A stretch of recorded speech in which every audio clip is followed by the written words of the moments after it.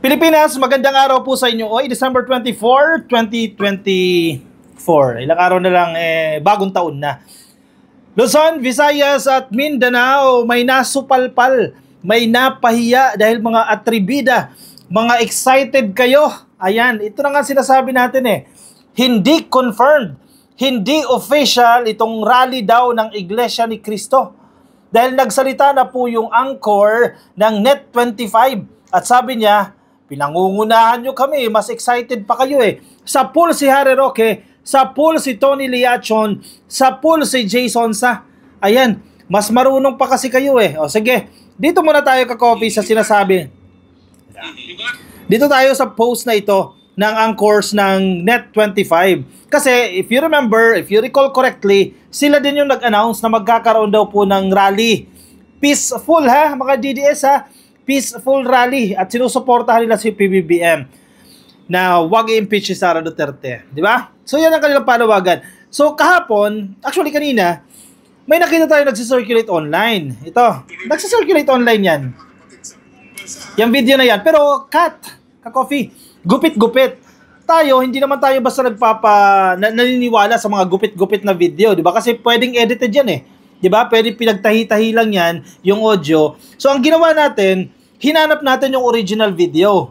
At nahanap ko, mabilis lang naman hanapin dahil nasa Net25.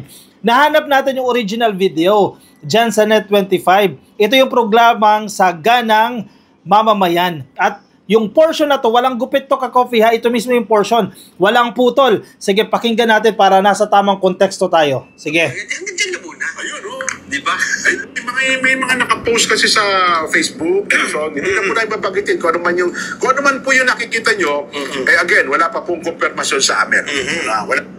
Yun na nga yung sinasabi natin. May pinakalat na kasing post ni Dr. Lee. Isa pa yun, questionable yun. Bakit Dr. Lee? Walang first name, walang accountability, etc. Ang masaklap, itong mga tao na to, mga abogado pa man din, di mo akalain na mabilis mabudol ng fake news. O kahit totoo yan, malinformation yan.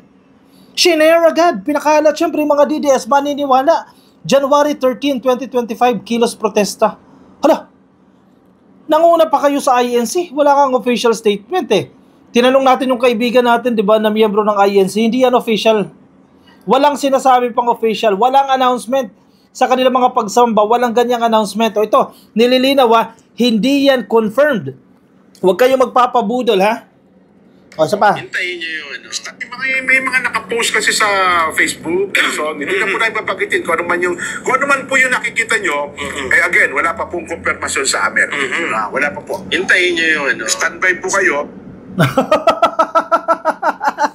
Hindi confirmed standby kayo. Posibleng magaganap. Okay lang, wala tayong problema dyan kahit maganap. It is their right na mag-conduct ng peaceful rally. Magkilos protesta sila dyan. Walang problema kasi karapatan nila yan. Pero yung mga pinapakalat yan, hindi confirmed Harry Roque Jason Sa hindi confirmed. Tony Liachon, bagamat binura mo na yung post mo, hindi confirmed. Yang pinapakalat niyo January 13. Aba, mas marunong pa kayo sa INC, mas pinangunahan nyo pa sige, pakinggan natin. Official. At kung sa iba kasi masyado excited Nelson Opo. Okay, masyadong excited. Importante naihahan. Sampol kayo. Ano kayo ngayon? Ito na kasi sinasabi natin mga DDS at mga miyembro ng INC, huwag kayong magpagamit sa mga DDS. Yung numbers ninyo, yung bilang ninyo, gagamitin yan ng mga DDS, yung mga senatorial aspirants. No, real talk to ka-coffee. If ever matuloy yung rally na yan, magsasalita yung mga DDS senatorial aspirants na yan. Yung audience, mga Iglesia ni Cristo members, gagamitin lang kayo. Huwag kayo magpagamit. Maganda ang reputasyon ninyo. Huwag kayo magpagamit sa mga DDS dahil sasamantalahin kayo. Kailangan nila ng solid foundation at dumidikit sila sa INC para mapatibay nila yung kanilang pundasyon at manalo sila sa 2025 senatorial elections. Ingat kayo ka-coffee. Marami tayong mga kaibigang INC. Actually, wala tayong masamang tinapay sa INC. Mag-rally man sila, wala tayong magagawa doon. Okay yan, karapatan nila yan as long as peaceful yan. At ang pinapanawagan nila, suportado naman nila si PBBM. Hindi sila mag-rally, mas pabor sa atin yan, mas favorable sa atin yan. Okay, mas tahimik. Wala tayong masamang tinapay. Ang ayaw lang natin dito, itong mga DDS, gagamitin itong INC para siraan yung administrasyon. Kasi contagious yung hawak nilang virus eh. Ipapamana nila yan, ililipat nila yan. Ang isisigaw nila dyan, bangag, bangag, bangag ang administrasyon. Bangag, bangag si PBBM. Yan ang uulit-ulitin nila.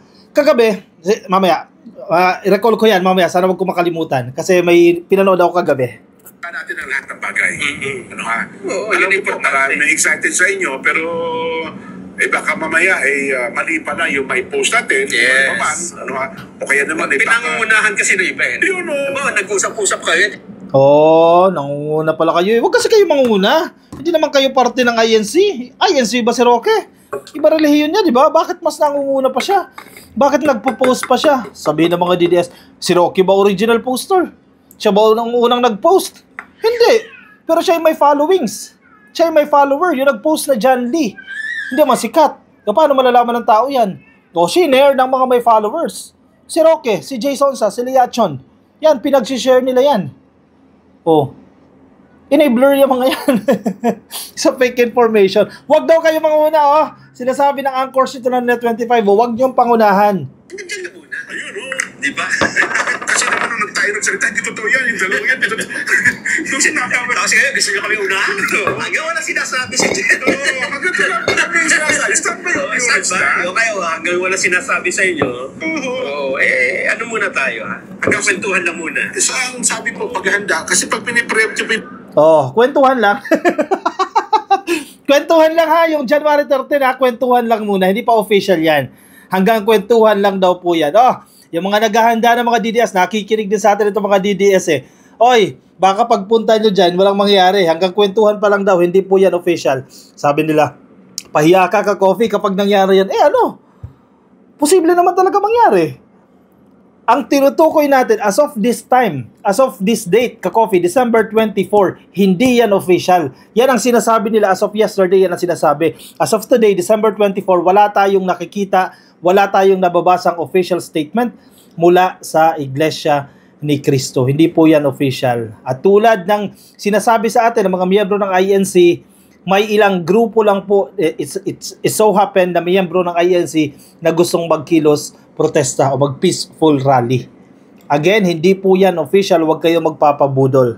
paghahanda, baka mamaya kung ano pa pang ano di ba? Masisira yung ating mga preparasyon Yun.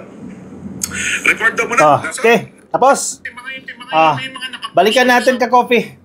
Balikan natin itong mga post ng mga DDS nagpapakalat ng fake news. Sanay kayo dyan. Parang yung video lang yan ng PBBM na pinakalat ninyo. Sige, dito tayo. May ebidensya tayo. Kahit burahin nyo na yan, na screenshot na namin yan. Dito kay Jason Sa. Dito muna kay Jason Sa. Ayan yung poster na yan, Coffee, yung may kapilya, yan yung pinost ng John Lee. Siya yung original poster, no? Siya yung nag-post niyan. And then yung crowd na yan, napakaraming tao, pangarap ni Jason Sa yan na mangyayari. Caption niya, naitakda na. Wow. Naitakda na, Nino. kayo nagtakda. Naitakda na, period. Ika-13 ng Enero, 2024. Wow. Araw ng pagkakaisa ng mga Pilipino. Luneta, lungsod ng Maynila. Tara! Yung tatlong exclamation mark. With the photo and yung dream niya na ganyan karaming tao. Sige, dito tayo kay Roque. Kay Puganting si Roque. Screenshot din yan. Burahin nyo man yan, naka-screenshot na yan. Sabi niya, maraming salamat po. At shinare niya yung litrato na ito, itong poster na to, yung kapilya, at merong caption na January 13, 2025 rally. Join the historic INC rally at Luneta. Stand against injustice. Ano yun? Stand against the Dutertes ba yan? Injustice yun eh. Stand against injustice. Ano yan? Nako, ang gulo nyo. Ito namang Tony Liachon, binura din yung post. Sige, basahin natin. Nasa People's Tonight. Ito. Sa social media, wala kang kawala dahil mabilis ka ma-screenshot eh. Yung Tony Liachon. Yung post niya, ganun din. Nabudol din sila ng poster na yan ng INC. Kasi hawa-hawa na yan. Nag-post si Roque. Syempre, i-assume ng mga DDS. Ano na yan? Legit yan. kasi pinost na ni Roque. Legit yan kasi pinost na ni Sonsa. Madalas mag-post ng mga fake news yung mga yan O nabudol kayo dyan. Verify nyo. Diba? Mga professionals kayo may mga pinag-aralan kayo. Bakit di nyo i-verify kung totoo o hindi? Nabubudol kayo. Kawaway followers ninyo. Pinapaniwala ninyo. Mali-maling impormasyon ang ibinibigay ninyo. Abay, nakakahiya sa inyo yan.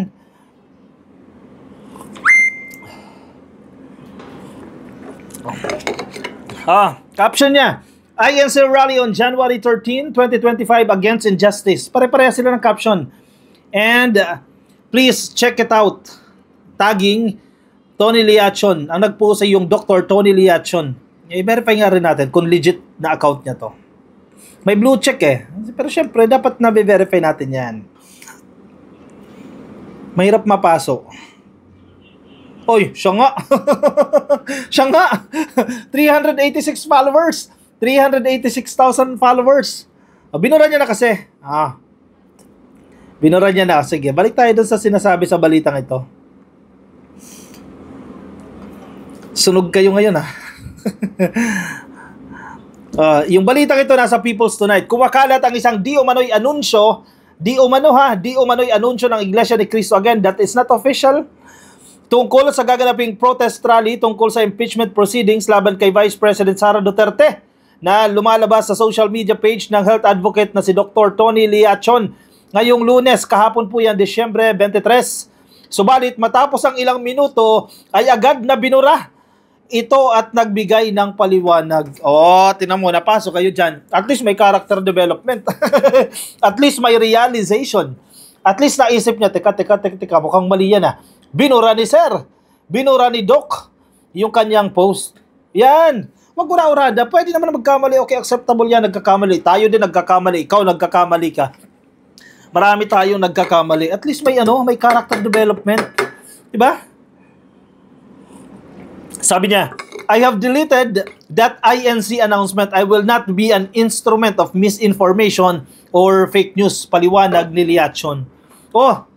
Roque, fake news daw kayo. Jason fake news daw kayo. At ayaw daw ni Tony Liachon na maging parte ng fake news. Maging instrumento ng fake news o magamit sa fake news. Kasi naman sir, okay lang, sige. Hindi ka nag-verify, at least napansin mo na mali. Binura. Okay, tapos.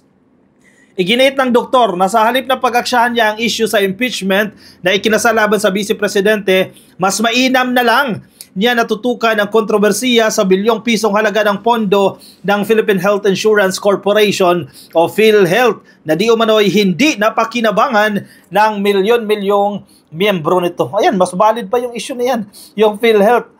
The ball is on PBBM's hands. He needs to get the game winner.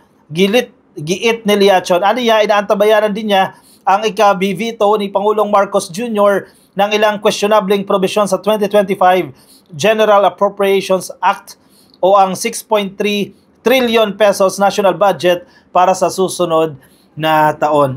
Ayos, at least. Samantala, ang Malacanang Ka-Coffee, naglabas po sila ng balita. Nakita ko ito Ka-Coffee kanina, na before this year, actually may petsa na wait lang. Pipirmahan na po itong budget. Wag na kayong kabahan sa reenacted budget. Kasi may mga nagpapakalat reenacted budget. Gusto nila reenacted budget. Anong ibig sabihin ng reenacted budget, Ka-Coffee? Sa ibang bansa kasi, kapag ang budget for next year, hindi na-aprubahan, hindi na-aprubahan, Ka-Coffee, hindi naging batas sa ibang bansa, shutdown ng government, wala kayong budget. Pero sa Pilipinas, by default, by default, ibig sabihin, if ever mangyari na walang budget o hindi ma-aprubahan, yung budget ng nakaraang taon, ibig sabihin yung budget natin for 2024, yun yung i-apply, yun yung gagamiting budget for 2025. Gets nyo, Ka-Coffee? By default yan, Yan yung tinatawag natin na reenacted budget. So, may mga nagsusulong na reenacted budget daw ang gamitin. Alam mo kung bakit? Mas malaki yung pondo ni Sara. Mas malaki yung pondo ng Office of the Vice President nila Sara Duterte ngayong 2024 as compared sa 700 million sa 2025. Di hayahay sila, mas masaya sila. Kaya si Amy Marcos, okay din siya sa reenacted budget. Nambubudol kayo buti na uhuli kayo. Pero hindi mangyayari yan, hindi gagawin yung PBBM yan. Hindi naman tamad ang presidente, natutulugan. Bagamat late na ipasa sa kanya ng Kongreso, actually may kasalanan dyan yung Kongreso. Bagamat late na naipasa nila yan, abay, trinabaho pa rin po yan, ka-coffee. Para maaprubahan yan. Ayan, may nakikita kayo sa picture, no? Ayan, weekend to, tama, weekend. Ayan, tinatrabaho yung budget. Ayan, iniisa-isa nila yan, scrutinize nila yan. Kasama po yung mga technocrats, mga secretaries na may kaugnayan sa ekonomiya ng mga technocrats natin. Meron ng announcement wait lang ha. Hanapin ko lang yung announcement kasi nakita ko na ito kanina. Parang may date na binigay Signing of 2025 GAA. Wait lang ha, ka-coffee. Yan! O yun, nahanap na natin. Ayan, nasa One News Nasa One News, huwag kayo mag-alala, hindi mangyayari yung reenacted budget na yan. President Ferdinand Marcos Jr. is set to hold a ceremonial signing for the fiscal year 2025 General Appropriations Act or GAA on December 30 in Malacañang Palace according to Senator Amy Marcos. Oh, ayan na, may balita na ka-coffee. Sa 30, December 30, lalagdaan po ng ating presidente yan. Anong araw ba ang December 30? December 30, that's Monday, ka-coffee. Oh, wag nang mangamba sa reenacted budget. Thank you. At least kahit papaano aabot yung budget na yan. December 30. O siya, sige. Anong gusto nyo sabihin? I-comment ang inyong opinion, ang inyong reaksyon dyan sa ating comment section para mabasa po yan ng iba nating mga ka-coffee. Huwag tayong papabudol sa mga gustong mambudol, sa mga DDS na nagpapagamit. Ako, gagamitin lang kayo, gagawin kayong audience ng mga senatorial aspirants ng mga DDS. Kasi gustong manalo. Siyempre, kailangan ng audience. Kailangan nila maghakot or else magbabayad sila. Ayun, butikan ko na naman makakalimutan ka-coffee yung pinanood ko kagabi. May away! May away sila kagabi. Actually, ayaw naman natin makisawsaw dito ka-coffee. Pero pag relevant yung topic, patungkol sa politika, nag-aaway-away itong mga DDS vloggers. Alam nyo na tinutukoy ko. Kung sino-sino yan, mga nagla-livestream, ng grupo sila, no? Nag-aaway-aaway sila kasi, naku, nagkakaonsehan sila dyan. Yung rally dyan sa EDSA, dapat pala hindi matutuloy yan. At may mga hindi daw nakikinig. At may mga donasyon dyan. Saan napunta yan? Anyway, problema nyo na yan. Gawain nyo yan. Karma is real. Kayo ang kakarmahin sa ginawa nyo. See, kayo, nag-aaway kayo dyan kasi iba yung motibo ninyo. Yung intention ninyo, pansarili. Hindi ang suportahan ang sinusuportahan nyo.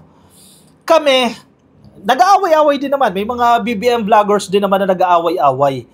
Pero hindi tayo kasali doon, hindi tayo nakikisali doon. Kasi kung malinaw yung motibo mo, hindi ka malilin lang. Pag ang motibo mo ay sariling interest mo, payamanin mo yung sarili mo, di ba? Malilin lang ka, madadala ka. Ako, to be honest, ang motibo ko, suportahan ang gobyerno. Suportahan si PBBM. Kaya nga bibihira Bibihira tayo mag-join sa mga ganyan Nagjo-join tayo sa mga historic events. At meron din kasi tayong trabaho. Diba? Kung may bakante tayo oras, nakaka-join tayo. Pero dapat malinaw ang motibo. Ang motibo natin, suportahan ng administrasyon, suportahan si PBBM. Diba? Bantayan siya sa mga gustong magpabagsak sa kanya at patalsikin siya. I-discuss yung mga topics na hindi dinidiscuss ng media at dinidiscuss ng mga DDS para siraan ang gobyerno. Yun ang motibo. Hindi kayo magkakaaway-away kung iisa kayo ng motibo. O ano nangyayari dyan sa mga DDS vloggers? Away-away sila dyan. Gulo-gulo sila dyan. Ang masaklap pa, pera. Pera ang pinag-aawayan. Yan ang mahirap. Sa pera, nagkakasira-sira kayo dahil sa pera, dahil sa donasyon. Dahil kumita kayo sa ganyan, etc., etc., para mag-organize ng rally na yan. Dahil winaldas daw yung pera sa Japan, etc., etc. Diba, ang baba, nakakababa ng pagkatao. Dahil sa pera, nag-away-away kayo. Ang masaklap, galing sa ibang tao pa yung pera. Diba? O siya, sige. Bahala kayo dyan. I-settle nyo yung problema nyo na yan. I-comment ang inyong opinion, reaction dyan sa ating comment section para mabasa po yan ng iba natin mga ka-coffee. Yung mga nasa Facebook po natin ka-coffee. Pasuyo na lang ka-coffee. Like and follow sa Facebook. Yung mga nasa YouTube, click lang po na subscribe at hit na rin po yung notification icon para kayo din po i-updated sa ating mga bagong upload. Ako yung magpapaalam muna. Samantala, Merry Christmas sa lahat ng ating ka-coffee na nagdiriwang po ng Kapaskuhan at Happy Holidays sa mga ka-coffee naman natin na hindi nagse-celebrate ng Christmas, no? Maging mapayapa at maging masagana po itong taon natin. Thank you ka-coffee. Ingat po kayo, nasaan man po kayong panig ng daigdig. Bye-bye.